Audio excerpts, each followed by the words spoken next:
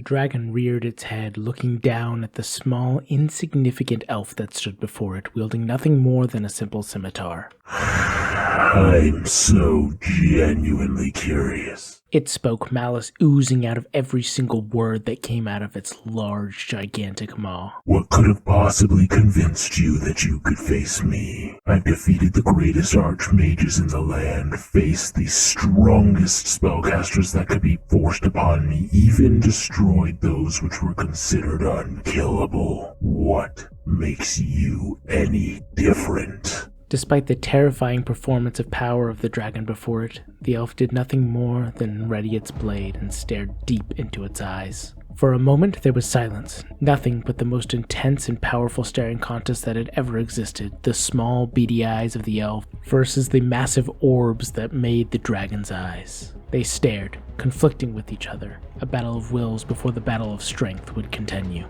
You see, my great large skellied friend, it's very simple.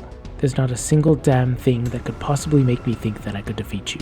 Except, no one else is left to try. As you said, you've defeated the greatest warriors, destroyed the most powerful spellcasters. And so I come before you, with nothing more than a blade, and the audacity, no, the stupidity, to try and face you. And you've got to admit, somewhere deep underneath those hardened scales and the furious persona you put forward, somewhere deep inside, that scares you. Just a little bit. The dragon bellowed, its laugh shaking the very cavern with which they stood within. I'll give you this, tiny elf. Your bravery is nothing less than absolutely inspiring. But you are wrong. There is nothing which strikes fear within my heart. Ah, I see.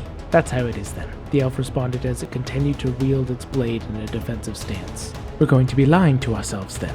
Well, if that's the case, then there's no need for the formalities. Come, dragon. I face you not because I can, but because I must. Let us do battle. And do battle they did. I find myself with an interesting problem the more I continue the Why You Should series. And the simple fact of the matter is, it's because I keep releasing videos. I find it so hard not to state my opinion on certain classes, and by doing so, I put myself in a corner. What can I possibly say about the fighter that I haven't already said in my other videos? Anybody who's watched the rest of the videos that I've put out knows my opinion on the fighter.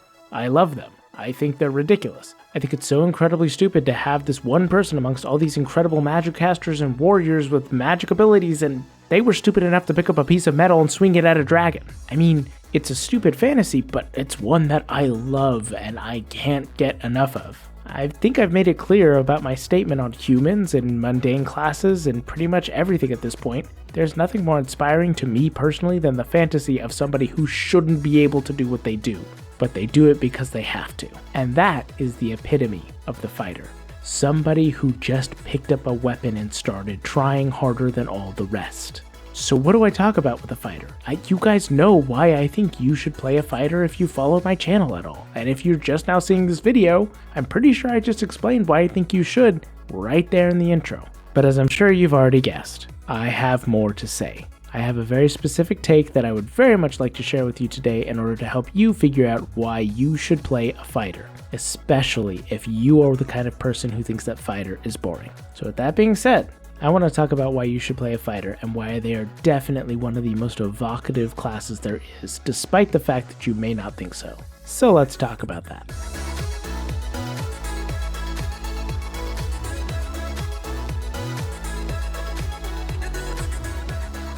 Here's the deal.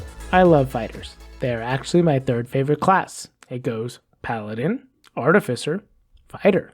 I love the fighter, and I think the fantasy of them is absolutely amazing, and they have to exist in this game. You cannot look at a traditional fantasy story that does not have a fighter in it. I mean, hell, Lord of the Rings essentially had 3 fighters in it. There is argument to be said that, of course, Aragorn was a ranger, Gimli was a barbarian, and Legolas was the fighter, but if you were to take into account multi-classing, they all probably multi-classed at one point. And then there's the abilities that the fighter gives. I mean, there's a reason people dip into fighters so much when they multi-class. The ability to action surge, mechanically, yes, awesome, but roleplay-wise is one of my favorites. Because action surge is not just, oh, I take another action and I'm done. It's pushing past the limits that anybody else possibly could to do more. I know that people harp on the fighter being a mundane class that's not very exciting, and I get it, the mechanics do support that. That argument was not made so much in 4th edition, and the reason it wasn't made in 4th edition is because fighters were just a lot better and stronger and more on par with the spellcasters in that edition. However, if you were to just think about the world building, just the roleplay for a second, in combat, the action is the most that a person can do. The most powerful wizard, the strongest barbarian, the most cunning and quick rogue. None of them can take another action. It's not possible. And yet, the fighter, this single, simple person who picked up a weapon and started swinging, can break those rules because they're trying that hard. That right there is why I love the fighter so much. But it's not why I think you should play a fighter. I've seen a lot of times people complain about the fact that fighters do not have much outside of combat. They don't really have roleplay mechanics. And I'm not going to argue that. It's true. Objectively, if you look at it, the only people who even kind of have roleplay mechanics is basically the Battlemaster. And don't get me wrong, I do love the Battlemaster's ability to look at an opponent and be able to size them up in a social setting. I think that's awesome, but it's far and few between for any sort of fighter subclasses to get that kind of stuff. But I think that there is a core to roleplay that the fighter provides if you understand it and can lean into it, and I really think it's why you should play the fighter. And the best example I have in order to be able to explain it, Moomin Rider from One Punch Man. I'm going to say right now, if you haven't seen One Punch Man Season 1, stop right here because I'm going to be giving spoilers for one of the best moments in the entire series. So far, anyways. And if you haven't watched One Punch Man, even if you're not a fan of anime, I would genuinely suggest you go and watch it. It is a great watch. But with that being said, Moomin Rider is a character in the show that does not have superpowers. In a show that is about superheroes, in fact about the single most powerful hero that has ever existed to the point where he is bored because he can never lose a fight, there is a small arc that focuses on one simple man named Moomin Rider, a superhero who is just a guy riding a bike, nothing more. And this stupid idiot riding a bike hears about what is one of the most dangerous threats in the entire world that is currently occurring. And he realizes there are no other heroes around that will be able to take care of it. And so he, with his bike, goes to face down what is essentially a god. And he faces him down without fear. Crash!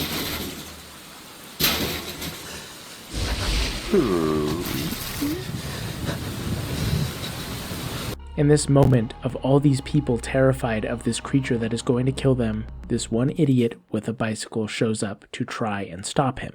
And there's this moment of genuine heart-wrenching emotion as the crowd starts cheering for him because they believe. The cyclist for justice!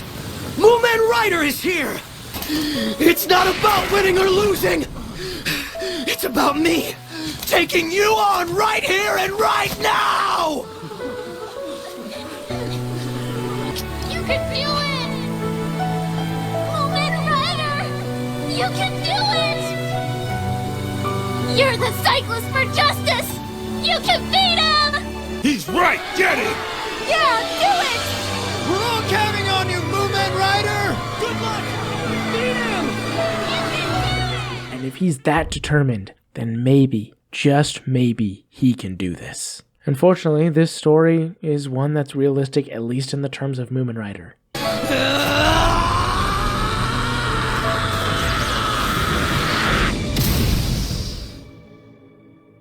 He gets almost immediately obliterated to the point of almost dying, without even a second thought from the monster. And at the last second, the main character shows up to save the day, but not before recognizing the true bravery of this one man with a bicycle. And what does that have to do with the fighter? Well, for me, everything. I know the fighter only gets combat abilities and they basically don't get anything else, but roleplay-wise, I have a hard time seeing how the fighter isn't the heart of the party. Yes, everybody else might have magic or special abilities or these incredible skills, but the fighter was the one who just picked up a weapon and started doing things because they could, because they had to, because there was no other option. They didn't get magic, they didn't get special abilities, they just knew they had to act. And it really doesn't matter the backstory you chose. Maybe you're a grizzled warrior who has gone through wars, or you're a fresh new face who's just trying to make their way out into the world and doing what they can. Or maybe you've been very specifically trained by a highly powerful assassin. Doesn't really matter. At the end of the day, you started swinging that weapon because it's what you had to do.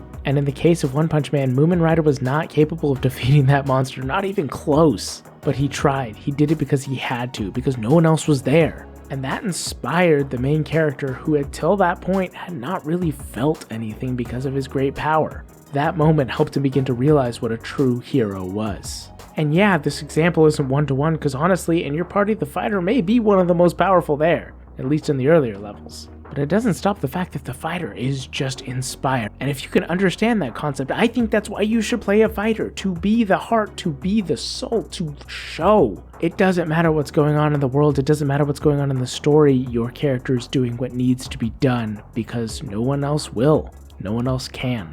You might be just an idiot with a sword, but you're an idiot with a sword who's willing to do what's needed because you have the heart to do it. So honestly, it might be surprising that the reason you should play fighter, at least in my mind, isn't because they're one of the most combat heavy and effective combat classes in the game, but because I think they have real roleplay potential and heart. And if you're surprised by that, well, the name of my channel is Player Role, and I'm all about roleplay, so I'm not really sure what to tell you.